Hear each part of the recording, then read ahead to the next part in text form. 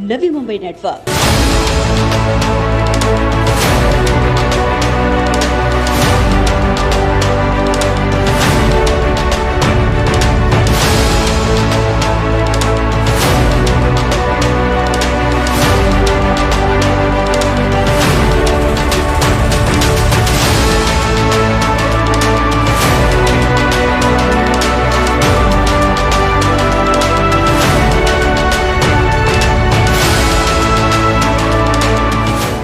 जब बात सिडको की आए तो रडार पर नगर विकास विभाग का आना लाजमी है।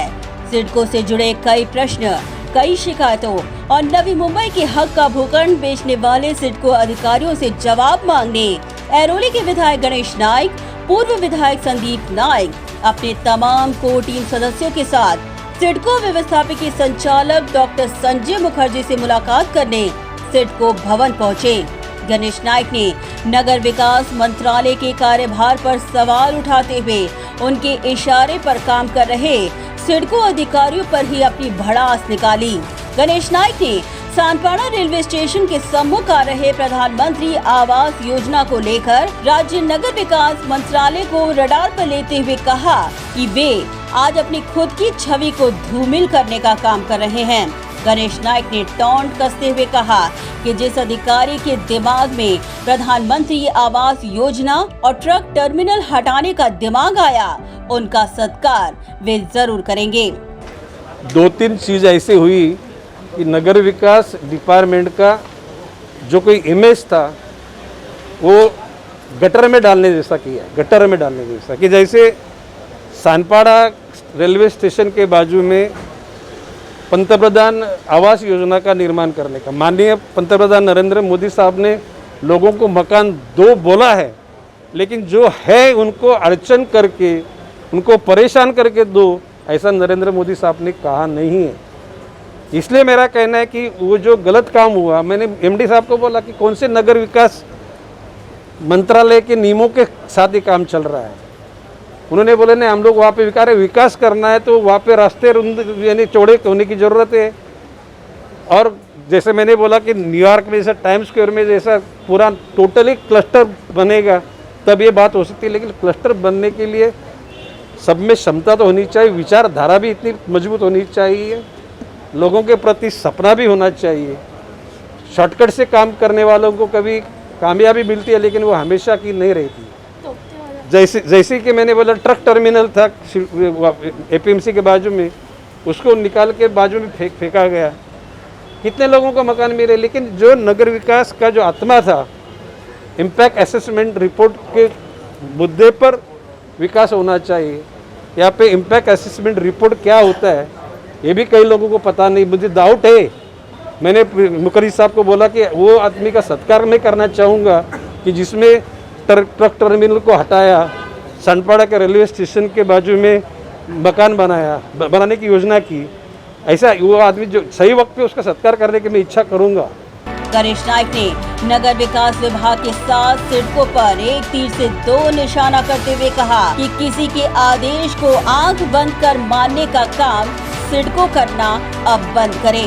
किसका आदेश आया तो आदेश आंधे जैसा नहीं पालने का, उसमें कोई गलत होगी तो जिसने आदेश दिया वो बॉस होगा, बॉस इज ऑलवेज राइट। लेकिन जब कभी भी बॉस का आदेश में कोई फॉल्ट होता है तो बॉस को जाके कन्विंस करने की क्षमता अधिकारी में होनी चाहिए। दुर्भाग्यवश उसका जो असर होना चाहिए तो नहीं हुआ। इसके लिए उनको मैंने बोला एक बार गौर से सोचो और इसमें जो गलती हुई है वो सुधारने का प्रयास करो। नवी मुंबई महानगर पालिका द्वारा मंजूर डीपी प्लान को तवज्जो न देते हुए सिडको द्वारा नवी मुंबई शहर के सामाजिक भूखंडों को बेचने का सिलसिला अब भी लगातार जारी है।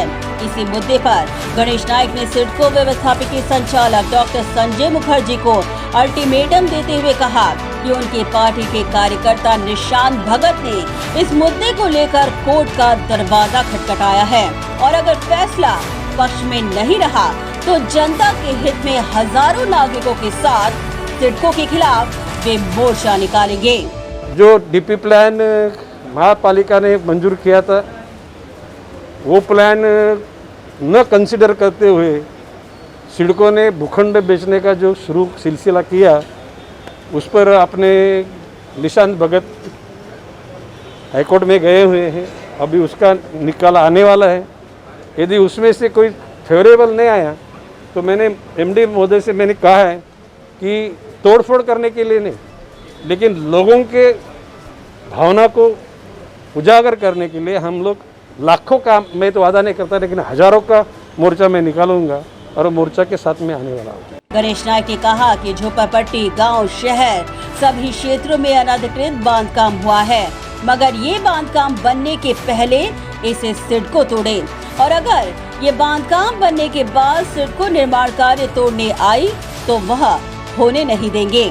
खाली गाँव वालों के लिए मैं नहीं बात कर रहा हूँ, झोपड़पट्टी में लोगों ने अनधिकृत बांधकाम आपके कहने से, हम तो बोलते हो अधिकृत हो गए, बन गए, लोग रहने गए, लाइट मिली, पानी मिले, बच्चों को एडमिशन मिला, अभी वो तोड़ने का काम कोई करने को आएगा तो हम उसको रोकने। गणेश नायक ने एपीएमसी को अंतर्राष्ट्रीय हब में तब्दील करने की दिशा में गंभीरता से पहल करने की सूचना डॉक्टर संजय मुखर्जी को दी। एपीएमसी मध्ये आज सगळा क्रियाच झालेला आहे, म्हणून एपीएमसीच्या त्या परिसराचा एकूण सर्वे करून क्षेत्रफळ किती आहे, आंतरराष्ट्रीय मार्केटचं हब व्हावं, एपीएमसी आंतरराष्ट्रीय व्हावी, याच्याकरता सिडकोने डिझाईन करावी, ती MMRDने बांधावं, सिडकोने बांधावं की महापालिकेला बांधायला सांगावं की त्या एपीएमसीच्या घटकाने बांधावं, तर हा प्रश्न निराला। परंतु त्यांची जी दुकानं आहेत तिथं राहिलीच पाहिजेत, परंतु त्याच्या व्यतिरिक्त जो वाढणारे FSI मध्ये त्यांना भाग मिळाला पाहिजे, कोणाला, त्या दुकानदारांना, आणि त्याकरता आता MD महोदयाने मी सांगितलेलं आहे भविष्य काळामध्ये त्याचा पाठपुरावा आपण करू। गणेश नायक ने इस बैठक को सकारात्मक करार देते हुए विश्वास जताया कि अगली बैठक में उनके तमाम मुद्दे निश्चित हल होंगे। मुद्दे त्यांनी ऐकून घेतले, त्यांनी त्यांच्या काही मुद्दे न झाल्याबद्दल त्यांनी त्यांच्या सहकाऱ्यांना सांगितलेले की त्या ठिकाणी तुम्ही हे परस्यू करा, ते मुद्दे पुढच्या 1 महिन्यामध्ये परत एकदा मीटिंग लागेल, त्यावेळेला हे मुद्दे पुरे होतील असा माझा विश्वास आहे। चला, ब्युरो रिपोर्ट, नवीन नेटवर्क।